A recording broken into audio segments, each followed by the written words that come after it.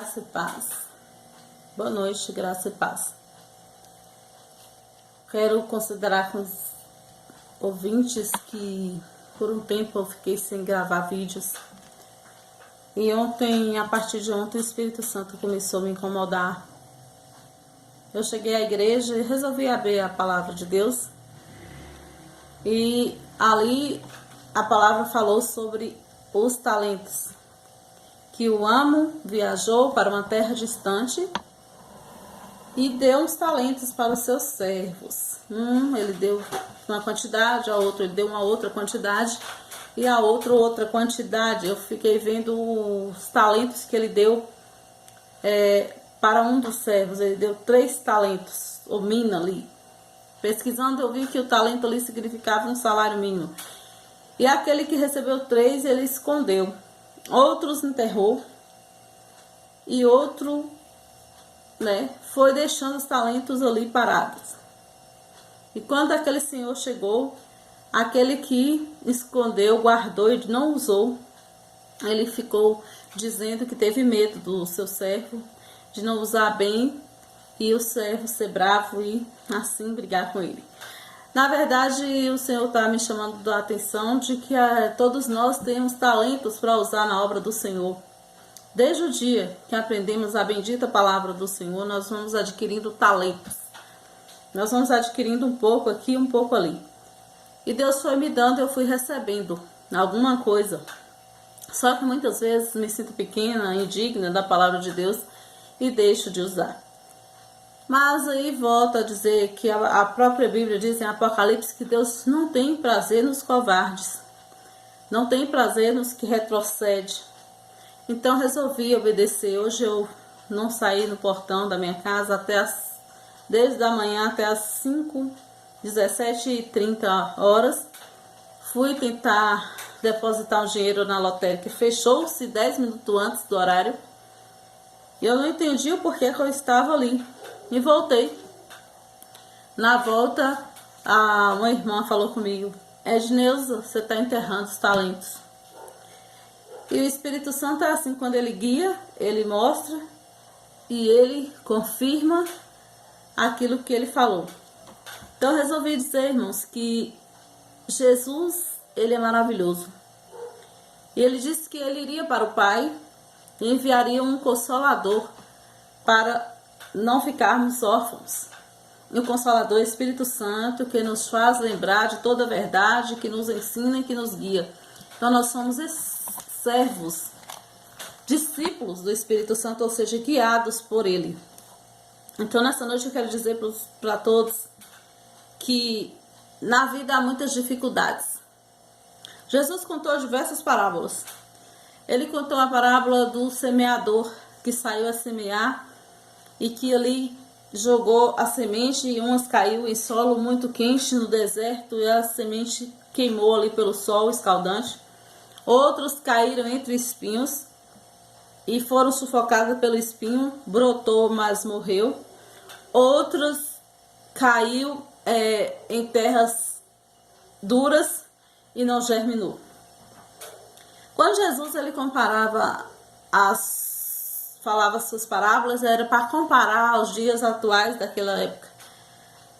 Ele usava as coisas da terra, da natureza, do mar, para poder explicar no campo da emoção humana, no campo humano, o que ele precisava falar com a humanidade. E as sementes é tão somente a palavra de Deus que nós saímos a semear para as pessoas. Umas caem em solo duro, outro cai em solo de pedra, outro cai em meio aos espinhos, outra cai no lugar escaldante e não germina. Assim é o coração humano, que recebe a bendita palavra de Deus, mas a dureza do coração não deixa que germine, frutifique, produza aquela semente. Outros em espinhos, ou seja, as dificuldades vêm e atrapalham. Outros, Jesus falou que os passarinhos vêm e comem aquelas sementes que caíram ali e não deixam que elas entrem no solo e germinam. Os pássaros são as coisas que vêm para atrapalhar o ser humano. São as ofertas, são os desvios de pensamento, são os desvios de direção, porque você tem que estar sempre na direção, não olhando para o lado nem para o outro, mas vem ali os pássaros, ou seja, os pensamentos, palavras que pessoas lançam, bandejas para que a pessoa desvie do caminho. E ali é roubada a semente. Outros caem em solo espinhoso, quer dizer, vem as dificuldades da vida e fica espinhoso a caminhada e muitos deixam para lá. Jesus disse que, em outra parábola, que uma pessoa, ela saiu a andar e encontrou uma pérola. E o reino de Deus é semelhante à pérola. Ele pegou aquela pérola, guardou e cuidou com muito carinho, ou tesouro, como um tesouro. Assim como você está guardando a palavra que você ouve. Porque a palavra de Deus diz que bendito, né, feliz e bem-aventurado é quem lê e quem ouve. Por que nosso Deus é detalhista? Ele disse que bem-aventurado é quem lê ou ouve a palavra que está escrita nesta profecia, nesse livro. Porque muitas pessoas não sabem ler, mas ela escuta. E tudo para tudo há um jeito. Em Isaías diz que a palavra de Deus ela é expandida no mundo todo. Em Mateus diz que ela seria pregada em toda a terra habitada e então viria o fim. Mas dizem Isaías que nem o louco ia errar o caminho, porque nosso Deus ia dar um tempo, eu vejo assim, de lucidez ao louco para ele saber o que é certo concernente à palavra de Deus. Então, como é que você está recebendo a palavra de Deus que vem sobre a sua vida? Porque muitas vezes a gente vai falar algo que nosso Deus manda, as pessoas não recebem bem, fecha a cara, fica com raiva, acha que é coisa nossa. É espinhoso você ter algo para passar, porque muita gente não recebe de bom grado, acha que é coisa sua, dando conselho, e você sabe que nós sabemos que um conselho, uma disciplina, na hora que ela vem, ela não é agrada. Depois é que ela vai dar um bom fruto e vai servir para aquele que recebeu. Então, como é que estamos recebendo a palavra do Senhor? Como é que estamos tratando? Como é que estamos plantando? Como é o solo que é o seu coração? É deserto escaldante? É espinhoso? Você tem deixado seu coração aberto para que venham as aves ou os pensamentos ou as ideias de amigos que não quer compromisso com Deus tomem a palavra do seu coração? A santa e bendita palavra diz que onde está o seu tesouro, Jesus disse, ali está o seu coração. Não é só os bens materiais que desvia a pessoa de servir a Deus. São diversas coisas, diversas oportunidades, diversas consequências do que vem aí, que tem nesse mundo grande, cheio de oportunidades para desviar. Uns têm vícios por drogas, cigarros, entretenimentos, vida de qualquer maneira. Outro diz que não pode servir a Deus porque ainda não tirou o coração do mundo e assim não toma decisão nunca. Mas isso é grave porque a salvação custou o sangue do Cordeiro derramado ali na cruz do Calvário. A salvação, ela custou precioso sangue. Jesus desceu, se fez homem, saiu de um trono de glória para vir morrer por mim e por você. E como é que você está tratando o reino de Deus, que começou quando você ouviu pela primeira vez a palavra? A palavra de Deus, ela é lâmpada para os nossos pés, diz em Salmo 119, e luz para o nosso caminho. Se nós obedecêssemos, se tão somente obedecêssemos a palavra do Senhor, a nossa paz seria como um rio, né? E nossa alegria, nossa paz e serenidade seria como as ondas do mar, sem fim. Mas nós somos rebeldes, nós somos geração rebeldes. Outros profetas dizem que chegaria um tempo que as pessoas não iam aceitar o ensino bom, ou seja, o ensino da palavra de Deus. Se você fosse falar, você é quadrado, você é bobo, você é torto, você tem prosa ruim, é assim que os jovens dizem hoje em dia. Mas não é por acaso que eu estou falando dessa maneira. E o Senhor não tem prazer em covardes, por isso estou aqui para fazer mais uma vez o que ele pediu. Eu vou aqui para Mateus, no capítulo 10. Jesus ele disse que o que ele dizia às escuras, ele também dizia em plena luz. E o que nós disséssemos ao ouvido, proclamaria nos eirados. Tudo que foi dito por Jesus, de alguma forma, ele vai ter que ser falado. Se nós não falarmos, as pedras falam, diz a palavra de Deus em Romanos. Então, nós temos que falar daquilo que aprendemos e ouvimos, queira alguém ouvir ou não. A obrigação é falar do que o Senhor mandou falar. E Jesus disse, não tem mais os que matam o corpo, porque nós seríamos perseguidos a ponto de morte por causa da palavra. Já ouviu falar um ditado aí que a verdade incomoda. Mas também quem fala a verdade não merece castigo, porém o ser humano não gosta da verdade. É mais fácil aceitar uma mentira, que é mais fácil, mais tranquila, e alegra às vezes corações que tem medo da verdade, que não quer e não tolera a verdade. Eles aceitam melhor a mentira. Sempre foi assim. Então, não tem mais os que matam o corpo e não podem matar a alma. Tememos antes daquele que pode perecer no inferno, tanto a alma como o corpo. O corpo não é a alma. A alma é a capacidade de sentirmos as coisas. Somente Deus tem a capacidade de destruir a alma e o corpo. Se alguém te matar por causa da palavra, a sua alma, ela continua para ser ressuscitada, para ser preservada, para ter vida eterna com o Senhor. Então não tema. Muitas vezes já me perseguiram, já quiseram me botar no chão, tapete, me envergonhar, me escandalizar. Mas são planos frustrados do inimigo. Infelizmente, pessoas que estão junto conosco, dentro da igreja, elas nem todas estão com o mesmo pensamento. O ser humano é muito difícil, porque a diversidade de pensamentos, a diversidade de querer, a diversidade de personalidade, a diversidade de sentimentos. Então, o ser humano é difícil. E Jesus disse que até os cabelos da nossa cabeça estão contados. Então não temas, né? Quem mata o corpo, mas não pode destruir o seu direito de vida eterna que ele deu. Que ele comprou, que ele conquistou ali na cruz do Calvário.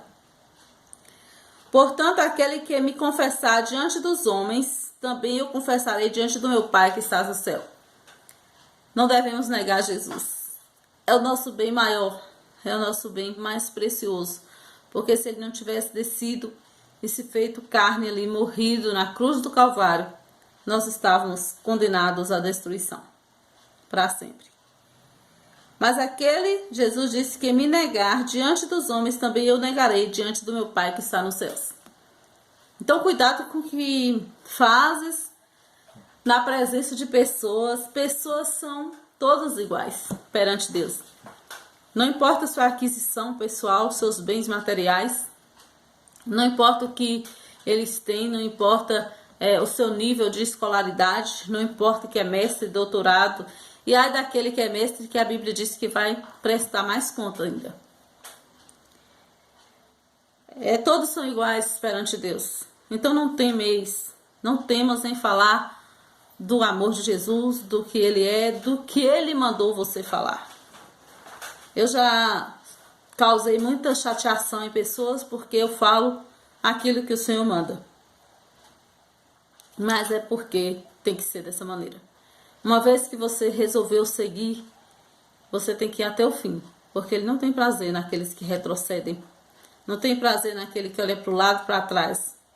E se vagueia e nega ele por pequenas coisas, por momentos de prazer, por alguns dinheiro ou por outro tipo de distração. Não pensei, Jesus disse, que vim trazer paz à terra. Não vim trazer paz, mas a espada. Quero dizer que espada ela não foi feita para fazer carinho. Espada ela foi feita para guerrear. Jesus é mau? Não. É porque existe a política do bem e do mal. Então ele veio trazer a espada no sentido de divisão, porque, querendo ou não, o bem e o mal existe. É uma questão de dualidade, como o escuro e o claro, como o preto e o branco, como o calor e o frio, existe o bem e o mal. E todo dia nós vemos o efeito do bem e do mal. Então Jesus continuou: pois vim causar divisão entre o homem e seu pai, entre a filha e sua mãe, e entre a nora e sua sogra. Assim os inimigos do homem serão os da sua própria casa. Quem ama seu pai ou sua mãe mais do que a mim não é digno de mim. Quem ama seu filho ou sua filha mais do que a mim não é digno de mim. O que eu disse? Que haveria muitas dificuldades para servir a Jesus. Só que ele disse que nós devíamos pegar, tomar a nossa cruz e seguir a ele continuamente, independente das consequências. Eu ainda não perdi um dedo por conta de Jesus, eu não ainda perdi uma perna, eu não perdi muito, só fui ofendida e glória a Deus por isso. E tudo dá graças, né? A Bíblia diz pra gente não sofrer como ladrão, como malfeitor, como bandido. Mas se sofremos pelo reino de Deus, nós temos que nos gloriar, nos alegrar. Porque Jesus diz que bendito sois, bem-aventurados aqueles que choram, porque serão consolados. Bem-aventurados aqueles que são maltratados, perseguidos por causa da justiça, porque deles, né, tem algo ali reservado para eles no céu. Há quem diga que crente gosta de sofrer. Mas, gostando ou não de sofrer, que não vem ao caso, gostando ou não, no mundo, todo ser humano ele passa por aflição. Preto, branco, rico, pobre, independente, todos nascem, crescem, adoecem, morrem. E a morte causa sofrimento e muita dor. Então não há homem forte ou rico para escapar da morte. Então todos estamos sujeitos à mesma coisa. Todos estamos com a fatia do bolo. Todos estamos no mesmo barco. Então por que não servir a Jesus, que tem garantia de vida eterna? Quando Jesus falou para Pedro: Pedro, e aí? Quem dizes que eu sou? Ele disse: tu és Jesus, tu és o Messias, filho do Deus vivo, né? E aí Jesus perguntou para onde eles queriam ir. Pedro falou: para onde iremos além de ti, Senhor, se só tu tens certeza e garantia de vida eterna para nós. Então temos que agir como Pedro naquele momento. Pedro falhou, Pedro negou Jesus por momentos, depois se arrependeu. É o caso do ser humano. Os servos de Deus do passado erraram, pecaram. Somente Jesus não pecou, somente ele. Não adianta bater no peito e dizer eu não peco, porque isso já está pecando. Porque nós somos gerados na forma do pecado. Eu costumo fazer uma comparação de uma forma de bolo de alumínio que caiu ao chão. Ela era certa, perfeita ao ser fabricada, mas ela caiu, bateu em algum lugar, amassou. E ali foi feito o bolo naquela forma e todo o bolo que fez saiu com aquela marca. Assim é a marca do pecado, que nós herdamos de Adão e Eva. Se nós herdamos, temos a marca do pecado em nós. Mas graças a Deus que o sangue de Jesus nos purifica de todo pecado. Porém nós todos humanos não podemos dizer que não temos pecado. E não existe um pecado maior que o outro, porque a intenção do ser humano ela é má todo o tempo. A Bíblia diz que o homem tem dominado o homem por seu próprio prejuízo. Porque os governos erram, falham, são corruptos, porque são pecadores. Só o governo justo e correto de Jesus é que dá jeito em todos os males da humanidade. No tempo dele, no tempo da vinda de Jesus, ele vai estabelecer um reino que durará para sempre, sem pecado, sem dor, sem clamor, sem morte, sem lágrimas. E nós temos que lutar para estarmos fazendo parte dele e não estarmos na parte da sofrimento eterno. Então, Jesus disse que ele veio trazer a espada. A espada disse que não, e sabemos que não foi feita para fazer carinho, foi para guerrear. Então, uma vez que um filho, ou o pai, ou a mãe, ela larga a religião original e abre os olhos à verdade que liberta, e começa a ensinar, ele sofre perseguição, vai ter aquele que não vai aceitar. Como, por exemplo, toda vida o pai é acostumado a fazer algo, um filho aprendeu ali, mas um dia ele aprende a falar sobre Jesus, ouve falar e resolve mudar de proceder. Ele vai criar estranheza por um tempo naquela família. E Jesus disse que ele vinha trazer divisão entre pai e filhos, mãe, né? E entre a nora e sua sogra. E assim os inimigos do homem seriam pessoas da sua própria casa. É muito triste quando as pessoas do nosso próprio sangue, da nossa própria casa, não nos compreendem e querem ser nossos inimigos ou declaram-se inimigo. É muito triste. Mas uma coisa eu aprendi. Que se está incomodando é porque eu estou no caminho certo. Se está incomodando é porque algo tem. Se minha luz brilha, incomoda quem está nas trevas. Se eu tenho a luz, eu tenho que colocar ela num lugar alto para ela brilhar. Porque Jesus disse que nós somos sal da terra e luz do mundo. E nós estamos aqui não para brincar, mas para fazer a diferença. Pecadora sou. Falha, imperfeita sou. Mas o Senhor achou graça em mim. Então isso é tudo. É a garantia, a certeza, a confiança de que eu tenho que ir mais além. E quem não toma a sua cruz e vem após mim não é digno de mim. Uns dizem, eu não estou preparado. Ninguém está preparado. Jesus falou, vinde como estáis. Porque Ele é que faz a transformação no decorrer da vida, no decorrer de ouvir a palavra, no decorrer das orações, no decorrer de um relacionamento profundo com Ele. É que Ele faz a transformação. Ele cura, Ele liberta, Ele transforma. E por fim é Ele que leva para o céu. Quem perder a sua vida, né? Quem acha a sua vida, perdê-la-á. Quem todavia perde a sua vida por minha causa, achá-la-á. Então, o reino de Deus, ele é uma coisa meio que estranha e contrária. Para eu ganhar, eu tenho que perder. Perder o quê? Perder fama, talvez. Perder familiares no sentido de que não me aceitam. Perder amigos, entre aspas, que só me quer quando eu tenho algo a oferecer, que só tem, talvez, amigos de bebidas, amigos de rodas, de festas.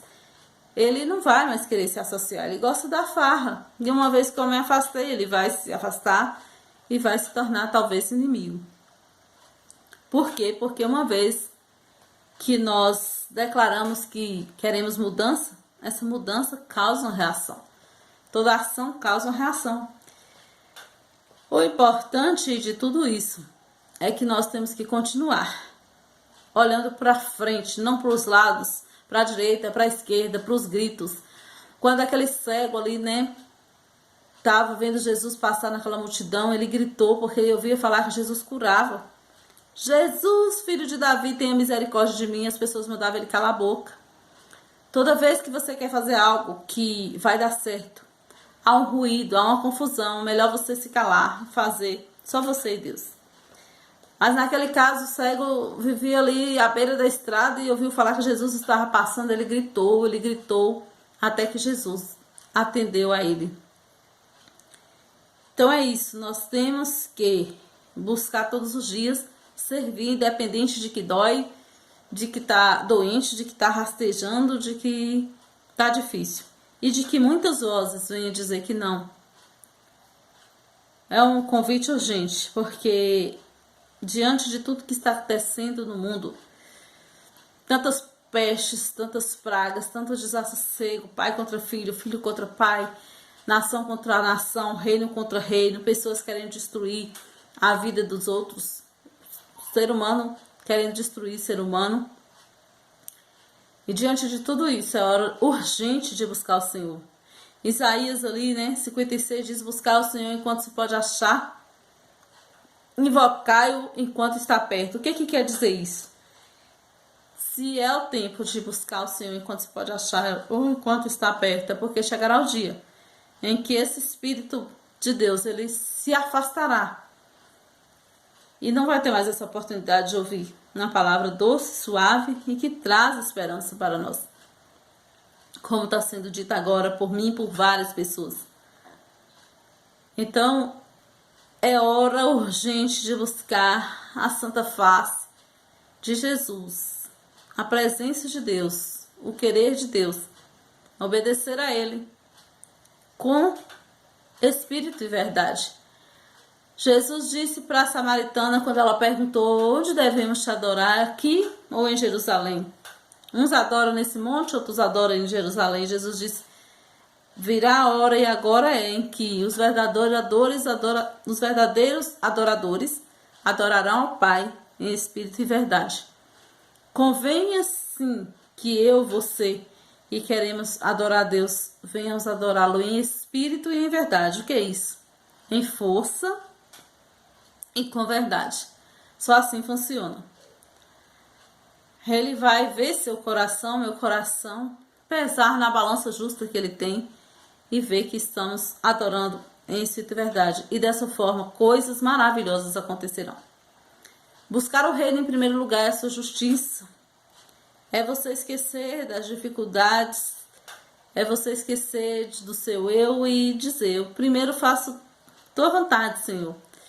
Eu preciso fazer algo que te agrada e colocar minhas preocupações, meus fardos nas mãos dele, tendo a certeza de que ele cuida de mim. E aí, a partir daí, todas as outras coisas serão acrescentadas. Buscar o reino em primeiro lugar não é só largar as coisas materiais, o correr atrás disso, mas é largar pessoas. Jesus diz que quem tiver maior amor pelo Pai, ou afeição, assim, desejar mais. E olha que nós amamos, quando amamos o pai, a mãe, é um amor maravilhoso. Hoje o amor tá frio, não se vê mais falar de amor, muitas pessoas não sabem o que é amor. Porque é tempo de cumprimento da profecia de que o amor iria se esfriar no coração das pessoas, da maioria. Mas quando alguém ama de verdade, ela paga preço, ela quer estar junto, ela quer estar sempre junto.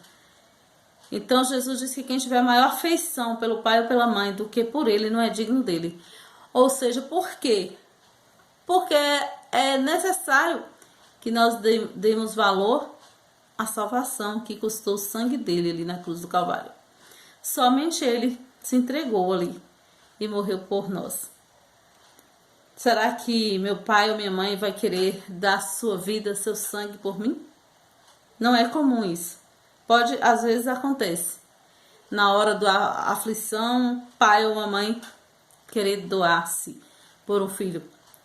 Mas Jesus, ele doou pela humanidade inteira a vida dele. Ele foi cuspido, ele foi chicoteado, ele recebeu uma coroa de espinho, sofreu escárnio. Ele foi, quando pediu água, deram vinagre, ele passou por dores terríveis, sem merecer, por mim e por você. Porque aquela cruz, aquele sofrimento era para mim e para você. Então, sejamos gratos, para que possamos ser dignos de um dia morarmos com ele.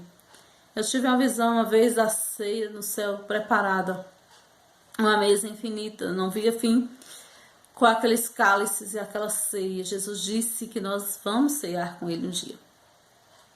Isso é muito precioso. Isso é muito maravilhoso. Eu quero abraçar Jesus. Porque se não fosse por ele, eu não estaria aqui. Se não fosse pelo amor de Jesus, não estaria aqui.